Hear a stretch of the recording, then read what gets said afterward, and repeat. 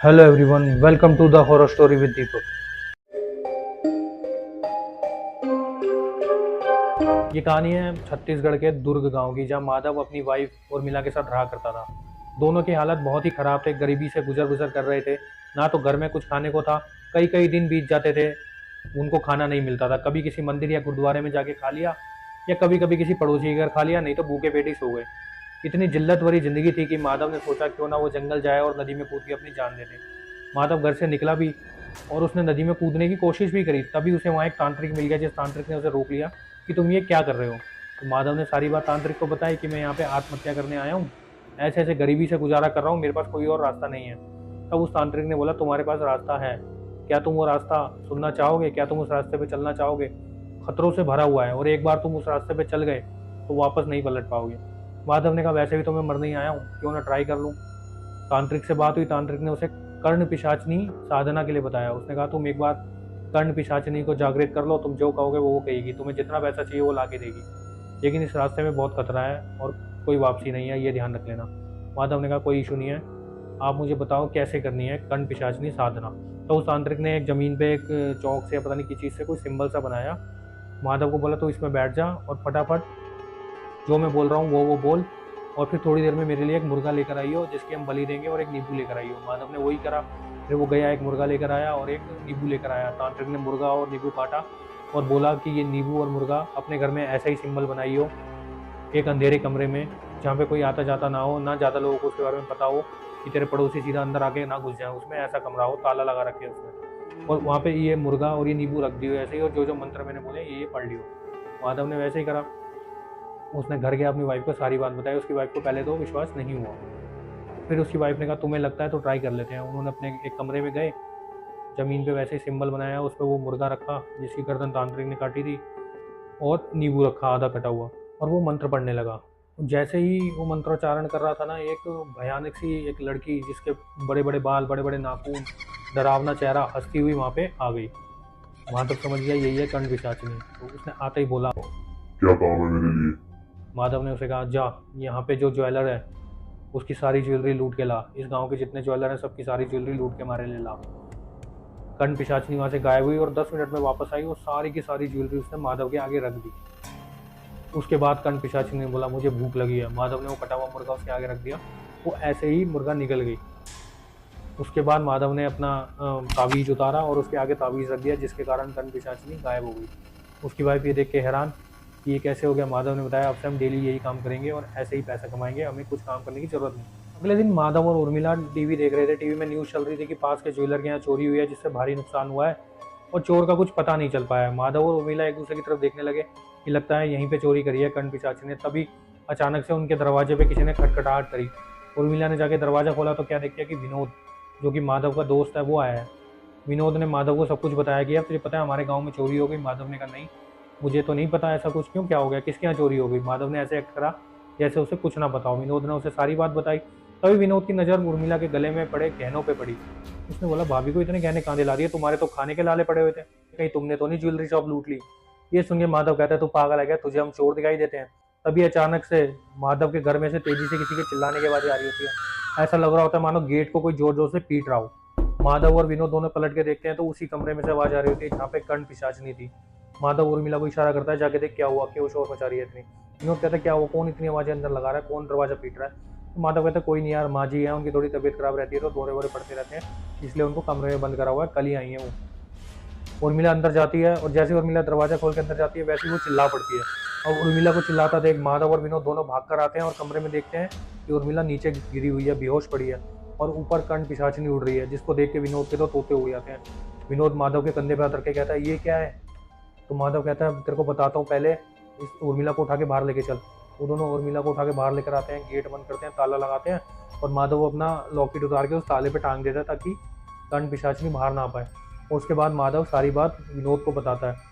माधव विनोद को कहता है मैं तेरे को भी हिस्सा दे दूंगा, ये सारी चोरियां मैं ही करवा रहा हूँ, बट तू किसी को बताइए मत, ये कर्ण पिशाचिनी साधना से मैंने इस कर्ण पिशाचिनी को बुलाया और यही हमारे लिए ये सब काम कर रही है।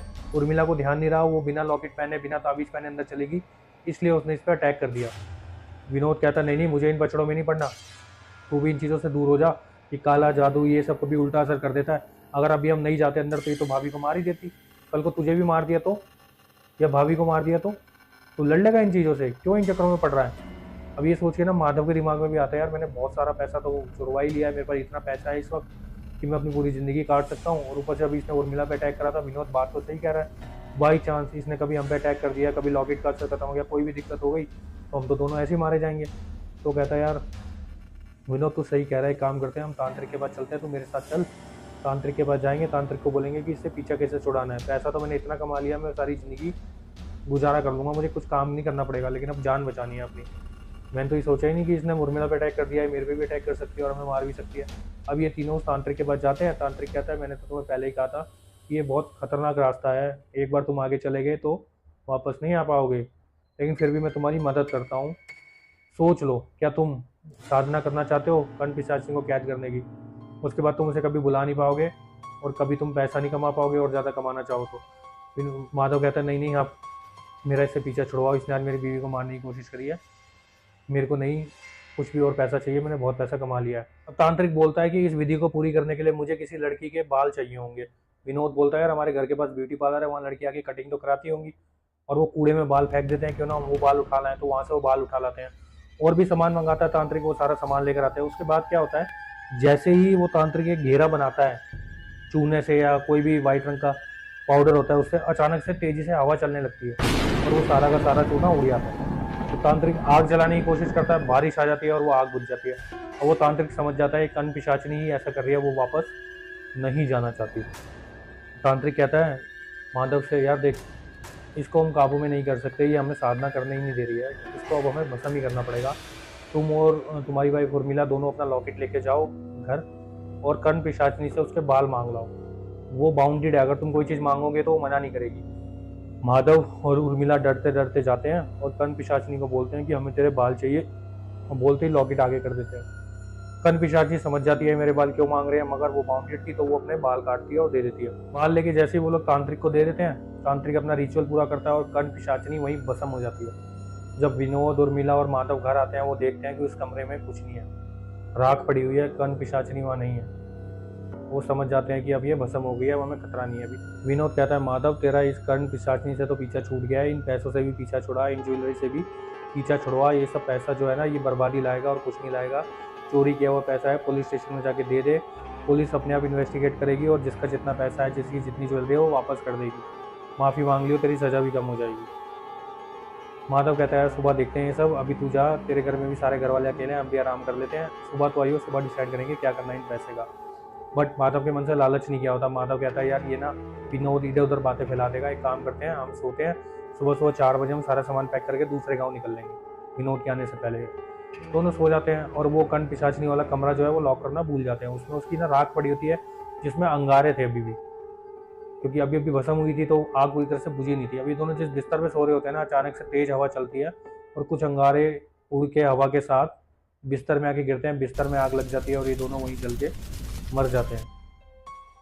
कमाल की बात यह है, ना तो इनके चिल्लाने के बाद किसी को आई, ना किसी को जलती हुई आग दिखी। सुबह जब विनोद आया वो क्या देखता है, इन लोगों का बस बिस्तर जला हुआ है और ये दोनों जले हुए हैं, उसके अलावा पूरा घर एकदम ठीक ठाक है। विनोद ने पुलिस को बुलाया, पुलिस के यहाँ सारा खजाना लगा जो भी इन्होंने चोरी करा रखा था, और पुलिस ने अपना प्रोटोकॉल फॉलो करा, जिसका जितना खजाना था, जिसका जितना ज्वेलरी जहाँ से जिसके जितने पैसे चुराए थे वो सब वापस कर दिए। विनोद समझ गया ये कर्ण पिशाचिनी जाते जाते भी अपना बदला इन लोगों से ले गई। अगले दिन जब विनोद ढूंढता हुआ उस तांत्रिक के पास पहुंचा कि तांत्रिक को बता दूं वो दोनों ऐसे ऐसे जल के मर गए हैं, तो वहाँ पे उसको तांत्रिक की डेड बॉडी मिली। कुछ नहीं पता तांत्रिक कैसे मर गया। अब ये कहानी विनोद ने गांव में और लोगों को बताई, और लोगों से और गांव में फैली, फिर धीरे धीरे पूरे दुर्ग में फैली, फिर छत्तीसगढ़ में फैली और किसी तरह इंटरनेट पे आ गई, जहाँ से हमें मिली है। उम्मीद करते हैं आपको स्टोरी पसंद आई होगी। स्टोरी के बारे में आपके क्या व्यूज़ हैं कमेंट करके ज़रूर बताना। आपके पास भी कोई ऐसी सुपर स्टोरी है तो वो इंस्टाग्राम पे या फिर ईमेल पे ज़रूर भेजना। मैंने डिस्क्रिप्शन में इंस्टाग्राम और ईमेल की डिटेल्स दे दिया। फिर मिलेंगे एक और नई वीडियो के साथ, तब तक के लिए जय हिंद।